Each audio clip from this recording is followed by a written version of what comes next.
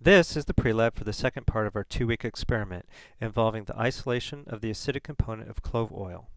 This prelab will focus on the isolation of the major component of clove oil from the other components. In this experiment, we will learn how to take advantage of the differences in acid-base properties to separate compounds. In this presentation, we will cover the prelab assignment, safety information, the goals of this experiment and the methods that will be used to achieve those goals, background information about the acidic nature of the major component of clove oil and how we can take advantage of its nature, also some specific information about conducting the experiment, how to clean up at the end of the experiment, and lastly, some pointers on tackling the post-lab analysis questions. Your prelab for this experiment is simply an extension of last week's experiment, so you should have nothing new to read or prepare for. We will also follow the same safety protocols that were mentioned in the previous prelab video. The main goal of this experiment will be to separate the major component of clove oil from its minor components and characterize the compound. To accomplish this, we will use acid-base chemistry to separate the major component. We will then take both IR and C13 NMR spectra of the acidic component to characterize it. As you know by now, the clove oil has a fairly powerful aroma. This is due to the strong smell of its major component. The interesting feature of clove oil is that of the various compounds in the mixture, the major component is the only compound that has an acidic hydrogen. Because of this, we can extract it with aqueous sodium hydroxide, which reacts with the acid, converting it into a water-soluble salt. From the following equation, we see that the neutral acidic component, upon treatment with sodium hydroxide, yields a sodium salt and water. The neutral compound is soluble in dichloromethane, but upon deprotonation, the salt is soluble in water. Since the salt of our major component is now soluble in water, it can be extracted into the aqueous layer. All the other components are still soluble in the dichloromethane layer. So we have effectively separated the major component from the other compounds. But at this point, the major component is in the form of a salt. By adding concentrated hydrochloric acid, we can reprotonate the salt, based on the following equation. Now, where the salt is soluble in water, once protonated, it is insoluble in water and can be extracted into dichloromethane, since we saw previously the neutral form is soluble in dichloromethane. Here are some tips when conducting the experiment. The first thing you will do is weigh the clove oil you isolated from last week, since you haven't obtained the mass yet. Afterwards, add 40 milliliters of dichloromethane to your flask. Swirl the solution to dissolve the oil and transfer the solution to a 125 milliliter separatory funnel. This is your small set funnel that you used as an addition funnel the previous week.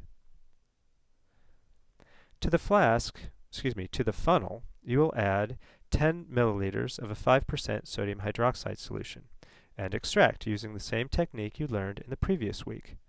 Just to remind you, at this stage, the aqueous sodium hydroxide solution will be on the top, which now contains the salt of the major component, and the dichloromethane will be on the bottom, with all the minor components. The trick now is to isolate the aqueous phase. In last week's procedure, when we wanted to isolate the dichloromethane, we simply drained out the bottom layer from the separatory funnel. To get the aqueous layer, you'll still have to drain out the bottom layer, but then you pour out the top aqueous layer into a flask. At this stage, you will have two flasks, one with the dichloromethane solution and one with the aqueous layer. You will keep the aqueous layer aside, and you will put the dichloromethane layer back in the separatory funnel. Then repeat the extraction process of the dichloromethane layer with more sodium hydroxide 2 more times, and combine all the aqueous layers. At this stage, you have the salt of the major component in water. To protonate the salt, you have to neutralize the excess sodium hydroxide by adding an excess amount of hydrochloric acid.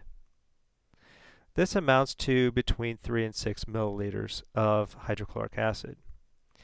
Once all the sodium hydroxide is neutralized, the hydrochloric acid will protonate the salt of the major component, converting it back into its neutral form. You know this is happening when you start to see the solution become cloudy, since the neutral form of the acidic component is insoluble in water. At this point, we can extract the neutral form into dichloromethane. Keep in mind where everything is. The aqueous layer is still on the top, but the major component is now in the dichloromethane layer. Simply drain out the bottom layer to isolate. Repeat 2 more times and combine all of the extracts. Dry with sodium sulfate, making sure you get the snow globe effect and allowing the drying agent to sit in the solution for 10 to 15 minutes to effectively remove all the water. Decant into a pre-weighed 125 ml Erlenmeyer flask. Add a wooden stick and evaporate the dichloromethane on a steam bath, just like you did last week.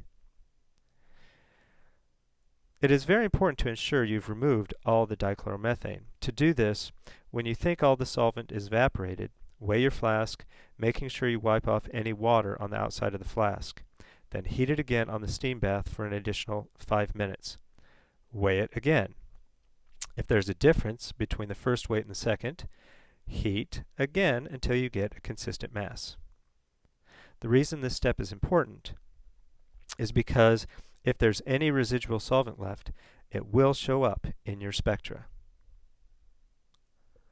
Once complete, you will obtain an IR spectrum. Simply bring your entire flask into the instrument room where the IR is located.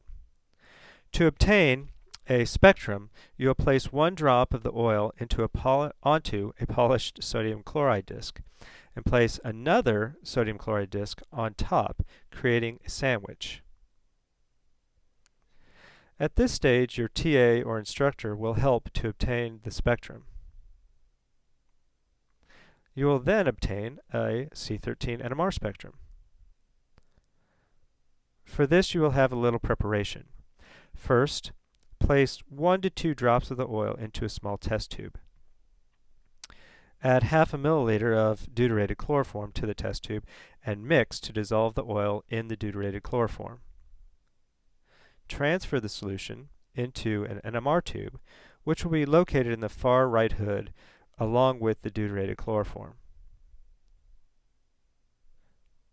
Once you've prepared your sample, hand it to your instructor, who will run the sample on the instrument.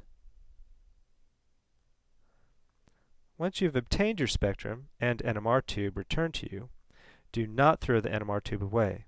These tubes are specifically calibrated for the instrument and are much more expensive than a simple pasteur pipette.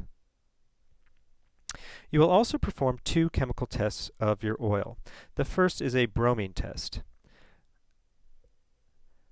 As you've learned in lecture, bromine reacts with alkenes based on the following reaction scheme: adding across the double bond. We can utilize this reaction to our advantage. Bromine is a red liquid, but when it reacts with an alkene, the dibrominated product is colorless. If you have an alkene present in the compound, initial addition of bromine will result in a colorless solution until you add an excess amount of bromine. A positive test is one in which you have to add over 5 drops of bromine to maintain a reddish color. The second chemical test is a ferric chloride test. You will add 3 to 5 drops of 1% ferric chloride in the presence of pyridine to a solution of your compound.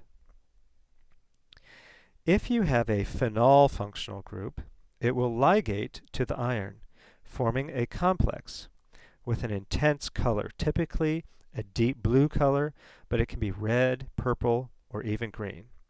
This will indicate that you have a phenol functional group in your compound. To clean up, place any residual sodium sulfate in the appropriate waste. Also place your original dichloromethane layer in the waste. Place the deuterated chloroform from your NMR tube into the NMR waste container. Place the solutions from the chemical tests into the waste. Pour the aqueous layer down the drain, and wash your glassware with detergent. Make sure you rinse it well to get rid of all of the oil. When working on the post-lab analysis questions, your goal is to determine the structure of the major component from 5 possible structures, using the chemical and spectroscopic data that you obtained. To do this, you want to make sure you describe how you've made your decision.